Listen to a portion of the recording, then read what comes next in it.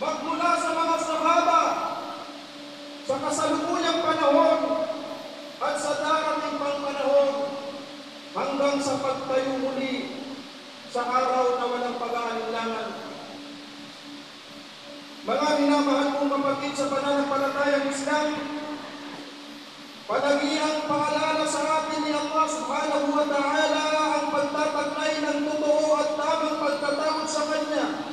Haqqa tuqatih, wala tamutunna illa wa antum muslimun.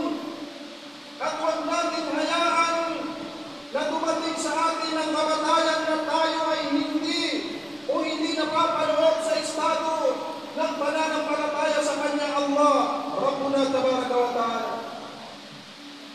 Matakot tayo kay Allah subhanahu wa ta'ala, wal tanzur nafsun ma qaddamat lighad.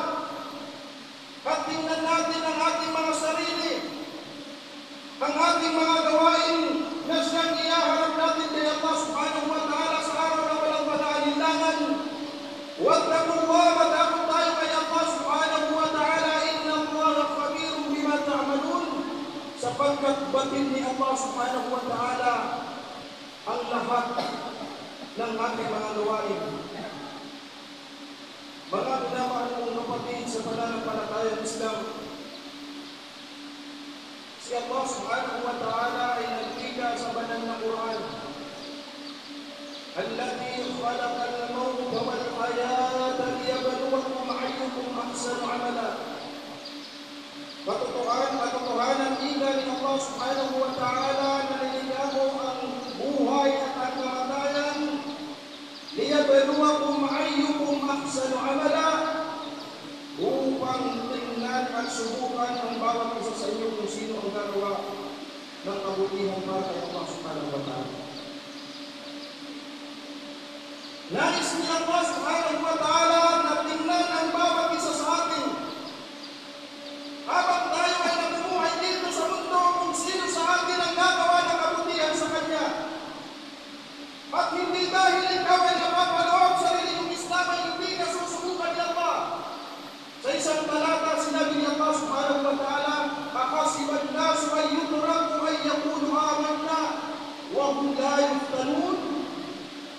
Pagkaraan sabihin ni Allah subhanahu wa ta'ala na sabihin ng mga tao na kami ay amanu, kami ay naniniwala kay Allah, wa hum la yuftanun, ay wala nang darating sa kanilang pagsubok. Walaqad fatanna alladhina min qablihim. Katotohanan ika ni Allah na sinubok namin. Sa isang talata na mayroong mas mataas na pananampalataya kaysa sa ito. Sinubok sila ni Allah at susubukin din kayo sa ni Allah subhanahu wa ta'ala. Sa isang pang talata, sinabi ni Allah subhanahu wa ta'ala, tunay na susubukan namin kayo pagmula sa inyong kayamanan at sa inyong mga sarili. Lahat ito ay pagsubok ni Allah subhanahu wa ta'ala. Sinabi pa ni Allah subhanahu wa ta'ala, وَلَنَبْلُوَنَّكُمْ بِالشَّرِّ وَالْخَيْرِ فِتْنَةً. Katotohanan sa ni Allah na susubukan namin kayo magmula sa kasamaan at sa kabutihan, lahat ito ay fitnah. Susubukan tayo ni Allah subhanahu wa ta'ala magmula sa kabutihan na inaakala ng bawat isa sa atin na lahat ng mga kabutihan ay nakakabuti sa atin, subalit hindi natin namamalayan na ito pala ay pagsubok ni Allah. Khair, ang mga sarili natin, ang pamilya natin, ang mga ari-arian natin, ang talinong ibinigay sa atin ni Allah, ang provision na tinatamasa ng bawat isa sa atin, lahat ito ay pagsubok ni Allah subhanahu wa ta'ala. At susubukan din namin kayo, sabi ni Allah subhanahu wa ta'ala, wasam, magmula sa kasamaan.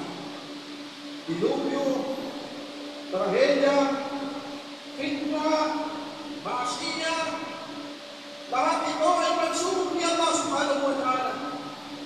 At marami sa ating mga kapatid sa pananampalatayang Islam na hindi natin na paglalagpasan ay ang paggawa natin ng kasalanan ng Allah الذنوب والمعاصي, ang paggawa natin ng mga bagay na labag kay Allah subhanahu wa ta'ala.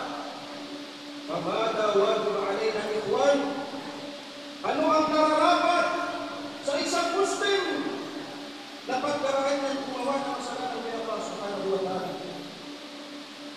Sinabi ng Rasulullah sallallahu alaihi wasallam, katotohanan na si Allah subhanahu wa ta'ala ay binubuksan niya ang kanyang tawbah sa mga taong nagkasala sa gabi at nais magpaliklog kay Allah subhanahu wa ta'ala sa umaga, at nagkakasala sa umaga at sila ay nais magpaliklog kay Allah subhanahu wa ta'ala sa gabi. Hanggat tila sabi ng Rasulullah sallallahu alaihi wasallam, hindi sumisikat ang araw sa kanluran, ay palagi ang bukas at tawbah ng Allah subhanahu wa ta'ala. Hanggang ang araw ay sumisikat sa silangan at hindi sumisikat sa kanluran, ang tawbah ng Allah subhanahu wa ta'ala ay palagian na yung mga kapatid sa pananampalataya ng Islam. Subalit ang nagkukulang ay tayo sa pagkakaunti ang nais magpalikot kay Allah subhanahu. At sinasabi ng ating mga ulama na ito ay pinadali ng Allah subhanahu wa ta'ala, Arhamur Rahimin, dahil sa awa ni Allah ay binusan sa amin ang kanyang tawbah sa mga taong nagkakasala sa kanya, ay palagian si Allah subhanahu wa ta'ala na patawarin ang mga taong nais magpaliklog kay Allah subhanahu wa ta'ala.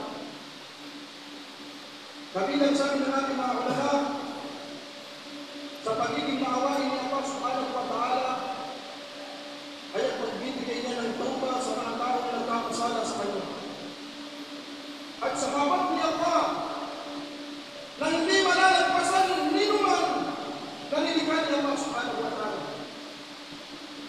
Isang beses, pagkatapos ng Ghazwatul Hunain, digmaan ng Hunain, ang Rasulullah sallallahu alaihi wasallam ay nakaupo sa isang sulok at nakatanaw doon sa malayong lugar. At tinitingnan niya ang isang babae, isang nanay, na baka sa kanyang mukha pag-aalala kung kabilang ba ang kanyang anak sa mga nasahid, namatay. Titingnan ng bangkay, kung hindi niya makita ang kanyang anak, bibitawan, at titingnan ng isa, kung hindi niya makita, bibitawan. At kinuha ito ng Rasulullah sallallahu alaihi wasallam na pinakamainam na tagpo upang ipabatid sa mga sahaba kung gaano maawain si Allah subhanahu wa ta'ala at sa umat ng Rasulullah sallallahu alaihi wasallam. Sabi ng Rasulullah sallallahu alaihi wasallam, nakita niyo ba yung babae na yan na bakas sa kanyang mukha ang pag-aalala kung kabilang ang kanyang anak sa mga nasahid? Sabi ng mga sahaba, o ya Rasulullah. Sabi ng Rasulullah sallallahu alaihi wasallam, yang nanay na yan na bakas sa kanyang mukha ang pag-aalala kung kabilang ba ang kanyang anak sa mga nasahid, ay kaya niya ipahamak ang kanyang anak at ipunod sa akin ng impyerno. Sabi ng mga sahaba, wallahi ya Rasulullah, sumpaman kay Allah subhanahu wa ta'ala, yang nanay na yan na bakas sa kanyang mukha ang pag-aalala sa kanyang anak ay hindi niya kaya ipahamak at ipunod sa akin ng impyerno ang kanyang anak. Sabi ng Rasulullah sallallahu alaihi wasallam, wallahi, sumpaman kay Allah, yang nanay na yan ay higit ang awa ni Allah subhanahu wa ta'ala sa kanyang mga alipin na sila ay hindi mapunta sa apoy ng impyerno, mga kapatid sa Islam. Subalit hindi natin ito namuunawaan at pinapabayaan ng marami sa atin. Bakit ba natin, mga kapatid sa Islam, na kung ang tawbah ni Allah ay bibigay sa atin na isara ni Allah, paano na ang mga Muslim? Araw-araw nagkakasala, oras-oras nagkakamali, kullu bani Adam khata'un, ang lahat ng bani Adam alayhi salatu wassalam, lahat ito nagkakasala.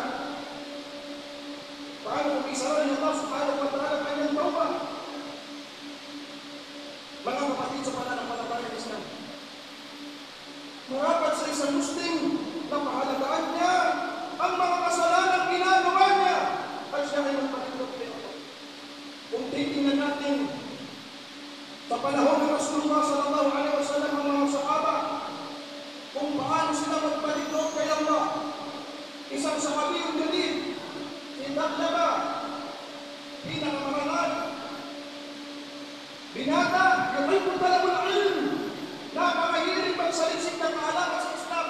Walang mga nasiha ang Rasulullah sallallahu alaihi wasallam na hindi siya nakaupo sa harapan ng Rasulullah sallallahu alaihi wasallam. Isang beses, inutusan siya ng Rasulullah sallallahu alaihi wasallam sa isang panayunan.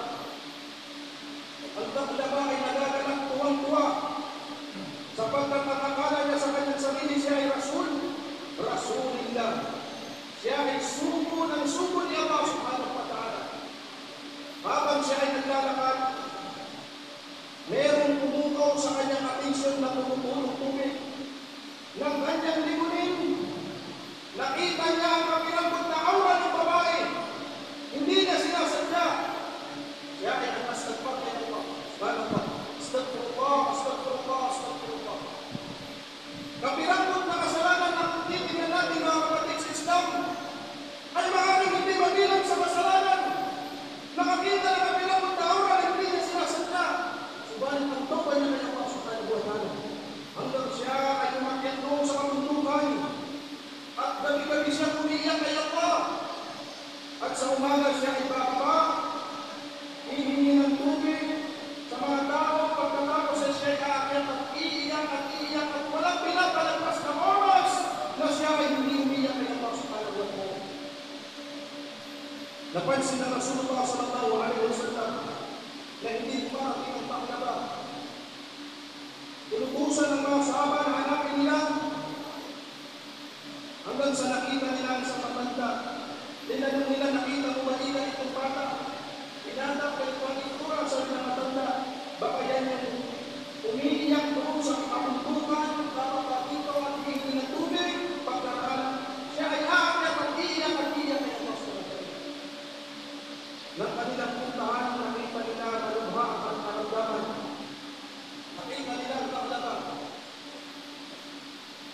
Sabi ng Taqlaba, bakit kayo narito? Meron bang talaga revelasyon si Allah na pinarating ngayon na ako ay magtulog sa impyerno? Subhanallah, mga kapatid sa Islam, tingnan natin itong sahabi na ito. Napakaliit na kasalanan na nagawa niya, subalit ang sinusunod niya kay Allah na tauba ay nagkalaban na siya ay umiyak kay Allah. Kung ikumpara natin sa kasalanan na ginagawa natin dito, partikular na kasalanan na ginagawa ng mga kapatid sa atin. Subalit ang magpapaliglog natin kay Allah subhanahu wa ta'ala, napilanglog ang isinusunod natin. Ngayon sila dumating sa Rasulullah sallallahu alaihi wasallam. Sabi ng Rasulullah, saan ka nagpunta? Sabi niya, ya Rasulullah, ipagduwa mo ako kay Allah. Sabi niya, saan ka nagpunta? Sabi niya, ya Rasulullah, ipagduwa mo ako kay Allah. Hanggang siya ay pinagduwa niya sa Rasulullah sallallahu alaihi wasallam, hanggang doon siya ay pinagduwa ng kamatayan. Nang kanilang ililibing, napansin ng mga sahaba ng maharapang mayroong humigit-higit sa Rasulullah sallallahu alaihi wasallam. At kanila itong tinanong, ya Rasulullah, nakikita namin ang maharapang mayroong humigit-higit sa iyo. Sabi ng Rasulullah sallallahu alaihi wasallam, wallahi, sumbangan kay Allah, kung nakikita niyo ang aking nakikita, 70,000 sa mga malaika ang nakipaglibing kay Taqlaba. Masya Allah, min husnul khatimah, pinakamarangal, pinakamainam na kamatayan ng isang tao na siya ay kalugdan ni Allah subhanahu wa ta'ala. Siya ay pagduha ng Rasulullah sallallahu alaihi wasallam. Bakit mga kapatid sa pananampalatayang Islam? Sapagkat walang irerespeto ang malakal maut sa oras na siya ay darating na kukuha niya ng kaluluwa ang isang tao maliban sa taong pinatawad ng Allah subhanahu wa ta'ala. Walang irerespeto ang malakal maut sa tao na darating sa kanya ang kamatayan maliban sa taong pinatawad, pinalugdan na rin Allah subhanahu wa ta'ala. Mga kapatid sa pananampalatayang Islam, ito yung dapat na iniisip ng bawat isa sa atin na oras-oras tayong nagkakasala at tayo ay magbalik ng kay Allah subhanahu wa ta'ala.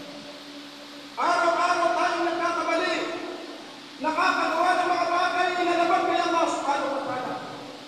Dapat sa isang mu'min, isang tunay na na siya ay magpalikod kayo. Sapagkat ang awa at kapag ni Allah ay sa mga taong nagbabalikod kay Allah subhanahu. Hanggat merong nagmamaasila, gumagawa ng kasalanan, tunay ng habag, ang awa at ang tulong ni Allah ay hindi na mararating sa bawat isa. Sa panahon ng Musa alayhi salam, dumating sa kanila ang pinakamahirap na sitwasyon kung saan sa loob ng 4 years, 40 taon, ay hindi dumating ang ulan. Natutuyo ang mga tubig, namamatay ang mga pananim, ang mga hayop, ang mga bata matatanda ay namamatay. At marami sa Bani Israel ang mga abid para sa pagkayapa. Kinausap nila si Musa alayhi salam, "Ya Musa, kausapin mo si Allah na paratingin sa atin ang ulan, sapagkat tunay na nahihirapan na ang Bani Israel. Namamatay ang mga hayop, ang matatanda, ang mga bata, ang mga pananim natutuyo ang mga tubig. Ya Musa, hilingin mo kay Allah na paratingin ang ulan." Nagpunta si Musa doon sa lugar kung saan kinakausap niya si Allah. "Ya Allah, nagsusumamo sa iyo ang Bani Israel. Sila ay humihiling na naway paratingin mo ang ulan. Marami sa kanila mga abid para samba. Subalit namamatay ang kanilang mga pananim, ang mga hayop, ang mga bata, ang mga matatanda. Ya Allah, paratingin mo ang ulan." Nakarinig si Musa alayhi salam, "Ya Musa, hindi ko pararatingin ang ulan hanggat sa jamaah na yan, sa kaum na yan, ay merong nagmamaasya sa akin sa loob ng 40 years, hanggat hindi siya umaalis niya kung sa hindi ko pararating ng ulan." Sabi ng Musa, "Ya Allah, hindi ko kayang iparating, napakahina ng aming boses." Sabi ng Allah, "Ya Musa, isigaw mo ako ang magpaparating." Sabi ng Musa, "Ya Bani Israel, meron kang ikang isa sa inyo na nagmamaasya kay Allah sa loob ng 40 years. Dahilan kung bakit hindi dumarating ang ulan, umalis ka dyan at darating ang ulan." Wallahi la'alim, alam ng tao na yun na siya yung tinutukoy ni Musa. At meron siyang dalawang kondisyon na pagpipilian. Una, ang umalis sa kaum na yun at malaman ng mga tao na siya yung nagpakasya at siya yung mapapamaya. Pangalawa ay hahayaan na lang na hindi na dumating ang ulan. Mga kapatid sa Islam, subalit kinuha niya ang kanyang tela at siya ay nagsumamo kay Allah. "Ya Arhamur Rahimin, o Panginoon kong maawain, tunay na ako ay nagmaasya sa iyo sa napakahabang panahon. At katotohanan na dumating sa akin ang maraming pagkakataon upang magpalikod sa iyo, hindi ko ginawa. Ya Allah, Ya Arhamur Rahimin, narito ako ngayon nagsusumamo sa iyo. Ya Allah, patawarin mo." Tumulo ang kanyang luha kasabay ng pagpatak ng ulan. Sari! Ganun si Allah subhanahu wa ta'ala tumanggap ng tawbah, na sa pamamagitan ng paghingi natin ng tawbah sa Kanya sa ating mga kasalanan, ay si Allah subhanahu wa ta'ala ay nariyan upang tanggapin ang ating tawbah. Subalit mga kapatid sa pananampalataya ng Islam, ang nagkukulang ay tayo. Sapagkat kakaunti ang mga tao na nais magpalikod kay Allah subhanahu wa ta'ala. Subhanallah! Dahil lang sa isang nagpaasya kay Allah, dahilan para hindi dumating ang ulan. Mga kapatid sa pananampalataya ng Islam, di ba napakaganda ng sinasabi ng ating mga ulama na kapag merong isang nagpapaasya sa isang jaba, isang grupo, ay dahilan upang hindi dumating ang awa at tulong ni Allah. Kailan ba natin hiniling kay Allah na tayo ay kanyang patawarin? Sa mga oras na tayo ay nananalangin kay Allah na tayo ay tulungan at bigyan ng habang, kailan darating kay Allah? Kailan pararating kay Allah subhanahu wa ta'ala at kanyang tulong sa bawat isa sa atin? Na kung mismo sa ating jamaah ay marami sa atin ang nagmamaasya kay Allah, gumagawa ng kasalanan, na itanong ba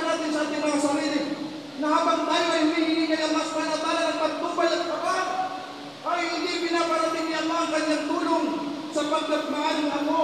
Tayo o isa sa atin o kabilang sa atin ang nagmamasiya kay Allah at ayaw magpalito kay Allah. Mga kapatid sa pananampalatayang Islam, kung hindi natin baguhin ang sitwasyon ng buhay natin, nakakaunti ang pagbabalik loob tawa natin kay Allah subhanahu wa ta'ala. Wallahi la'in subhanahu wa ta'ala. Dadagdan tayo ng kamatayan na puno-puno tayo ng makasiya. At haharap tayo kay Allah subhanahu wa ta'ala. Nasandamakmak na kasalanan ng ating bitbit, dala-dala.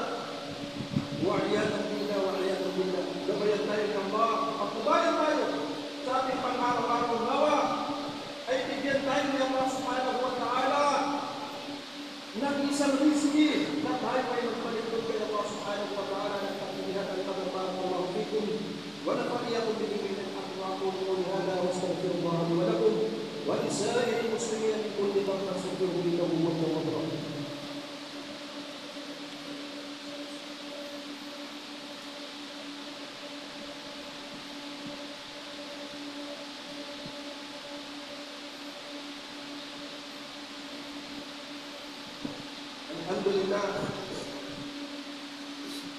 Alhamdulillah wassalatu wassalamu ala man la nabiyya ba'dahu amma ba'd. Ngawit ko Allah makapagayan ng mga Muslim. Natawan-tanong niya kaya kauyaw niya tanong sa kaya dunia. Nangyakakang pagkakutaya kauyaw niya.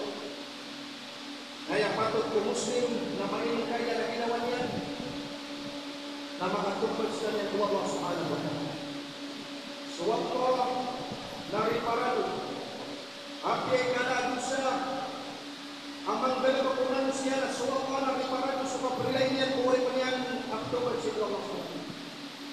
Babiyak na niya penutan niya kaya dunia palapalya ng dosa. Adi tanong mabilang sukala adusa niya dalawang tanong. Nautuban tanong si Allah subhanahu wa ta'ala na kailangan tanong Allah subhanahu wa ta'ala.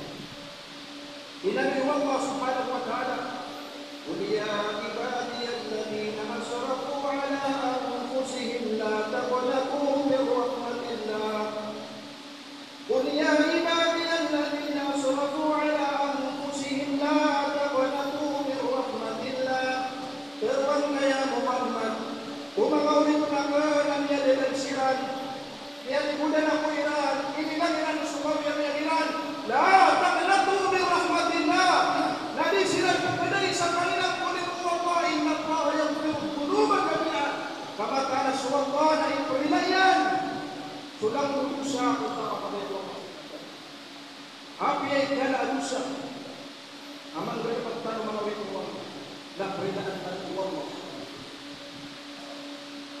suwallah na ghafur suwallah na panirilah suwallah ghafur suwallah panirilah suwallah.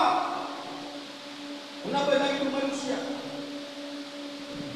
Kenapa lagi itu manusia? So Allah subhanahu wa ta'ala nak ghafur. So manusia na maribat kawan nak mempagaya pimpinan aku dan tinggal ikut pimpinan. Maka sila kamu lagi dengan oleh peluang banyak mempagaya si kumal tema sana dia nak pimpinan. Dan semua banyak ghafur. Inutunan kanya peluang tanung Allah. Fafirru ila Allah. Pertolongan tanung Allah. Si waktu zuhur, waktu asar, waktu maghrib, Aisyah subuh. Na pertolongan tanung Allah. Na panin sumakkan ka tanong. Ugay niya sa Allah subhanahu wa ta'ala umbalingan kau na peridaan ka Allah. Ghafur subhanallah. Panawin ko Allah. Mga pagayang na mga Muslim. Kunin tayo si Allah, hadirin kaya kau yang tanong. Sagian kalian natatanong sa kaya dunia. Nadir na tanong makaupa sumamatay. Hadi tanong kailan mo. Kunin tanong si Allah ay ang kapatid mo tanong kapatay. Nasi kumasa hari nilan tanong Allah. Kaso pa ba sa tanong kadiya? Ayaw mo tawa prispito at malakal mo takbuhan yan sa nyawa. Nasubtaw hari nilan Allah subhanahu. Ayat mo tahu ang espirituan malakal maut nasutaw ang yaswatun suwallah tahu hari nila Allah lagi na po ikaw, ang Espiritu at malangan mo at tumapulo niya, punyawan niya po katakapin sa kanya. Mga pagkakang na mga muslim, pinagtanungan ng tanong na bumakapantan niya. Magkawin tanong manusia, dalibat tanong, kawin tayo, nababaya-baya naman ba? Nasutawak, dalibat, nasimulia ng kalibat niya.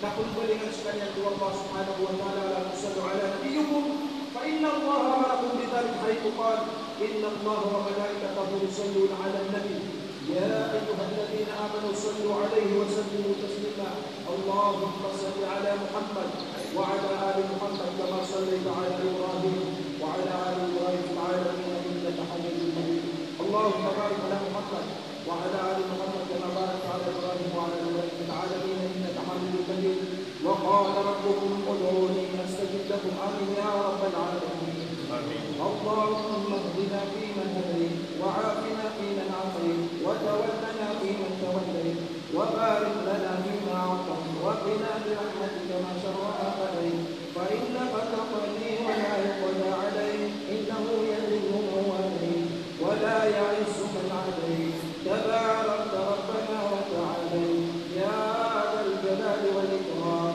اللهم إنك عفو تحب العفو فاعف عنا يا الله فاعف عنا يا كريم فاعف عنا يا أكرم الأكرمين يا الله يا أرحم الراحمين يا الله يا الله يا الله منك المسألة إليك منك ما منك يا الله إلى الكرم من النبي سبحانه وتعالى ما بيت مسجد يا الله ما دعت قضيتم ينتظرني سجدنا يا الله إلى الكرم من النبي مسجد تدعو مقالهم يا الله يا أرحم الراحمين فتولني يا الله بقيك الأرسلين وتوبا منك يا الله نقرنا منك يا رب العالمين وإن النبي مسجد تدعو مقالهم وإن من قومك من تقرب إلينا يلمون من إليك نصبك نقصد يا الله كلبكم يا الله سمعين عني